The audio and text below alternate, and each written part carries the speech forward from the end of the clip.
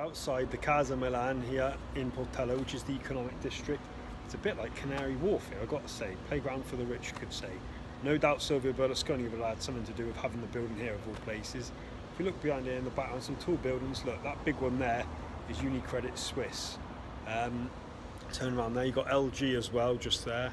Now, on the San Siro tour, we were allowed to take as many videos and photos as we wanted, apart from in the museum. I don't know what the score is with this one, but we're going to go inside, have a look. If we can't, then we'll let you know what it's like all at the end of it. So let's see what happens.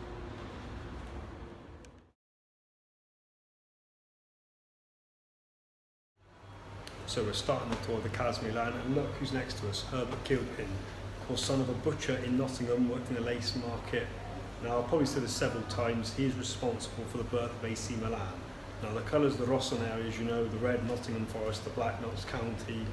Of course, he said we are a team of devils for the red and fear for the black. I think we saw it in the San Siro tour, so let's go inside.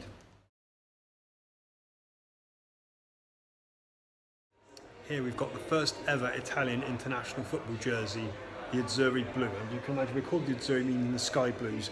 You can see why, it is a sky blue colour. Obviously nowadays it's a bit of a darker shade.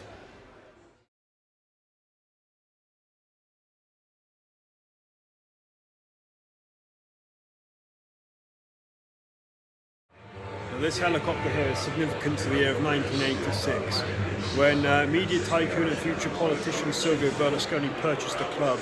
Just 2 years previous, they were in Serie B guilty of a match-fixing scandal. His fortunes transformed the club. There's videos there on all the players, like Rijkaard, Van Basten, Hullet. There's all the trophies that they won as well over the years as well. 18th of July 1986, the ball really kick-started for AC Milan. They hadn't really won anything since the 60s, apart from the Scudetto win in 1979. It transformed. We'll actually see Berlusconi on there in a second. Look, it's the helicopter there. There we are. So when Berlusconi purchased the club, there you are. Now that's unlike him to be wanting to grab all the limelight. Controversial figure, I'll admit, but in terms of football, he absolutely loved this club, and he made Milan a superpower. He said he'd take him to the top of the world, and he succeeded.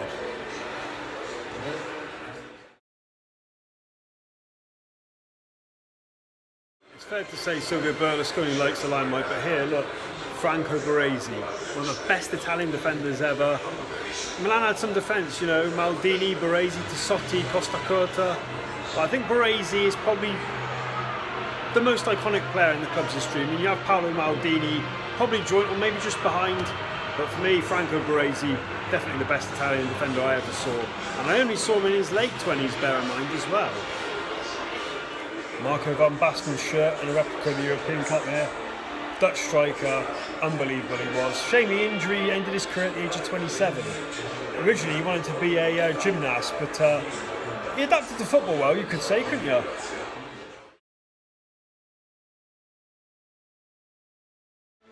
Right, and here there's a giant European Cup. I'm guessing it's about the history of the club, so let's walk in. This is like something off the Matrix here. All the club's honours won over the years. Look, you've got all the Scudetti, and then look, it's gone dark. Hey up. It's like something out of the Matrix here. Did I just say that? You've got all the Champions League trophies there, 7 of them all again, like I already mentioned. Super Cups, and yeah, one giant European Cup. I'll have a job to lift that. Here we are. Now it's come to light. You've got all the trophies on the wall here. Italian, Coppa Italia, Scudetto. Yeah, it's unbelievable. We've never seen this many trophies in one room, such a confined space.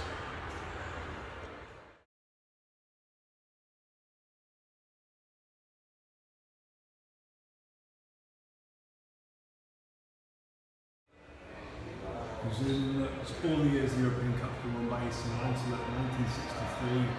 1969, 1989, 1990, 1994, 2003, and of course the last was in 2007. And those are going a bit funny at the top. Here we go in this part here, we're It's got all the modern players here. The club's anthem is playing. Current ones, Andrea Silva, Petroni. We only done the San Siro tour a few hours ago, so it's like coming all back to us here. Here we are, there's the captain, the main man, Leonardo Bonucci. Something else here. Now in this room, I have to keep voices down because it's all the Ballon d'Or winners whilst playing for AC Milan. So we've got Gianni Riva here, we've got Andrei Shevchenko, Ruud Gullit, Marco van Basten, Kaká, unbelievable. Thanks for joining, Marco. It's Andrei Shevchenko there. Something unbelievable history.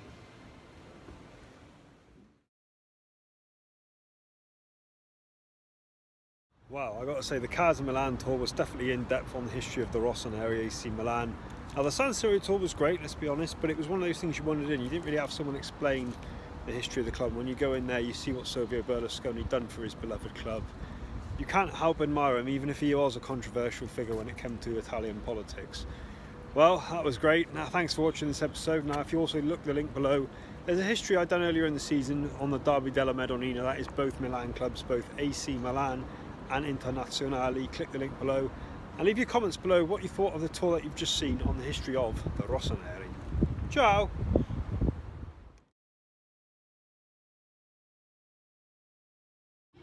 So thanks for watching this episode of Talk Calcio TV, and tell us what you thought of our tour around Milan. Like, comment below, don't forget to subscribe to Talk Calcio TV on YouTube. Also check out the links below on other videos related while we were here in Italy, in Milan. Also check out Twitter, Facebook, Instagram and our Snapchat pages for anything Talk Calcio TV, Italian football and our tour of Milan related. Arrivederci, ciao!